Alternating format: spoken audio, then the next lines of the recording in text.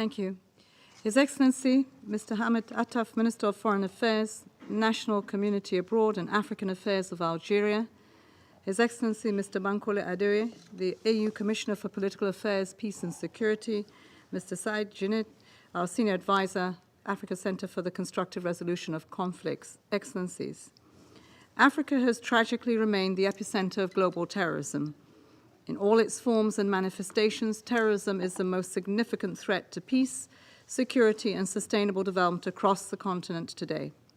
For this reason, I would like to begin by commending the Algerian presidency for focusing today's discussions on the nexus of security, development, and human rights-based policies in Africa counterterrorism efforts. I want to acknowledge and commend the dedication and the sacrifices of member states on the front lines of counterterrorism efforts. Your commitment to protecting civilians, upholding human rights, and fostering resilience in effective communities is integral to our collective pursuit of a lasting peace. Let me first present a stocktake of where we find ourselves. Despite continued counterterrorism efforts by member states, Sub-Saharan Africa now accounts for nearly 59% of all terrorism-related deaths globally. The Sahel is ground zero for one of the world's most brutal crises. For 3 straight years, terrorism-related deaths have soared past 6,000, making up more than half of all global fatalities. In this deadly surge, Burkina Faso is now leading the world in terrorism deaths with a staggering 68% increase, and with little support to help reverse this trend. Al-Qaeda and Islamic State affiliates have spread their deadly tentacles to West Africa's coastal countries, with violent attacks soaring by more than 250% in just 2 years. The statistics tell a chilling story, but recent attacks bring the horrifying reality into sharp focus.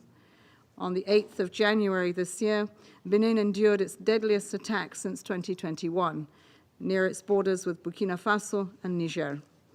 The assault, claimed by JNIM, claimed the lives of at least 28 Beninese soldiers. Just days earlier, on the 4th of January, extremists launched a brutal attack on a military base in Sabongida Damboa, Nigeria, leaving 6 soldiers dead. These attacks are a grim reminder that the violence continues to escalate with deadly force. Meanwhile, a little-known group as La Kourawa is gaining strength and conducting cross-border attacks in northwest Nigeria, Niger, and Chad. There are also growing risks of infiltration and radicalization along Ghana's northern regions, as well as in Togo, Côte d'Ivoire, and Nigeria. In other parts of Africa, terrorist groups such as Al-Shabaab in Somalia, the Allied Democratic Forces in the Democratic Republic of the Congo, and the Aluhusuna wal Al-Jama in Mozambique continue to unleash horrific violence.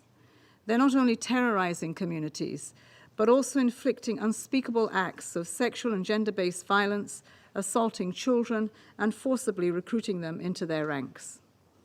Let us make no mistake, at this rate, West Africa's future hangs in the balance. The marginalization of youth, coupled with soaring unemployment, has left an entire generation vulnerable to extremist groups. If we don't act, we risk losing this generation to the horrors of terrorism, their futures stolen before they even have a chance to begin. The impact on women and families is particularly devastating. Terrorists frequently exploit and brutalize women through sexual and gender-based violence, including forced marriages and abductions, causing profound trauma that reverberates through entire communities. Families are displaced, livelihoods are destroyed, and the social fabric necessary for resilience and recovery is torn apart.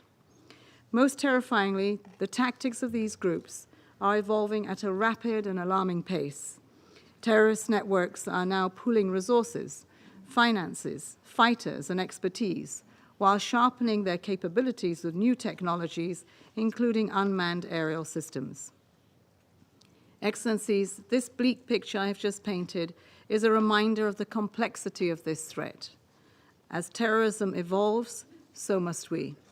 Countering terrorism must continue to innovate with an approach that holds the respect for human rights and the rule of law at its core, and an outcome that addresses the conditions conducive to the spread of terrorism.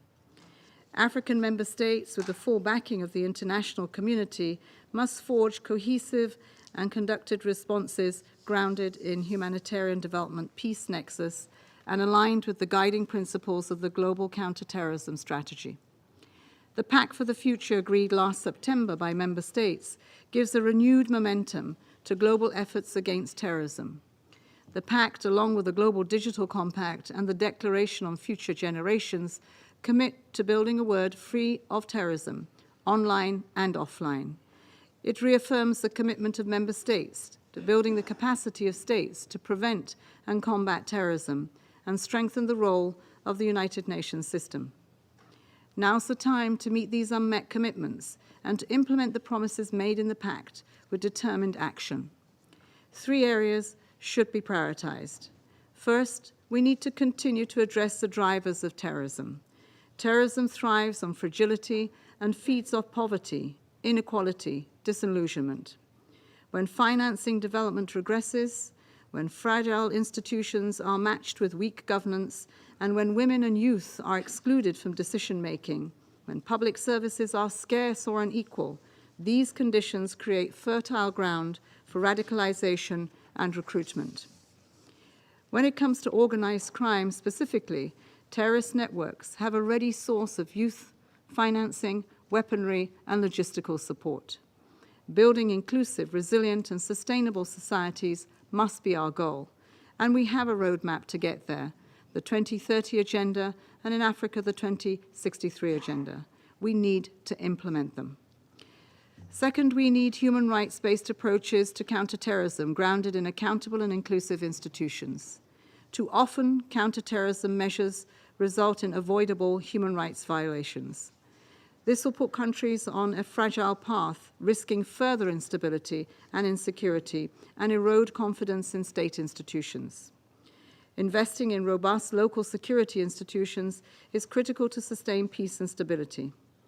We must equip law enforcement and judicial bodies with the training, the resources, and accountability frameworks necessary to confront terrorism effectively while safeguarding human rights.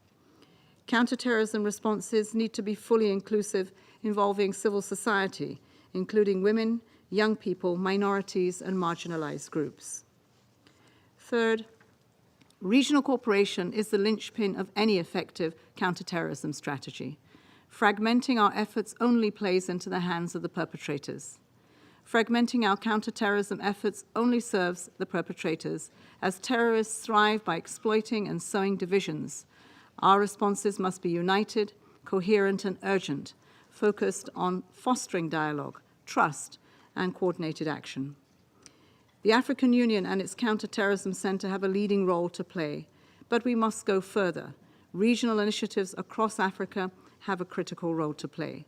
These include the support to the AU and regional economic communities, the AU Support and Stabilization Mission in Somalia, as well as the multinational Joint Task Force in the Lake Chad Basin. The ECOWAS standby force must also be strengthened to act now. The Accra initiative should be fully operationalized to tackle cross-border issues and prevent youth radicalization. And in West Africa and the Sahel, existing frameworks must be prioritized. Above all, we must ensure that regional efforts are in lockstep, unified in purpose, and aligned with the strategy. This is the only way we believe that we can ensure facing down the threat of terrorism together. Ultimately, African-led and African-owned solutions must take the lead in tackling terrorism across the continent. The high-level Africa Counterterrorism meeting organized by the government of Nigeria in April 2024 reinforced and amplified this message. The joint AU-UN roadmap endorsed in October and the adoption of Resolution 2767 are important milestones building on the commitments to support the African Union counterterrorism efforts in Somalia and in the region. Commitments alone, of course, are not enough.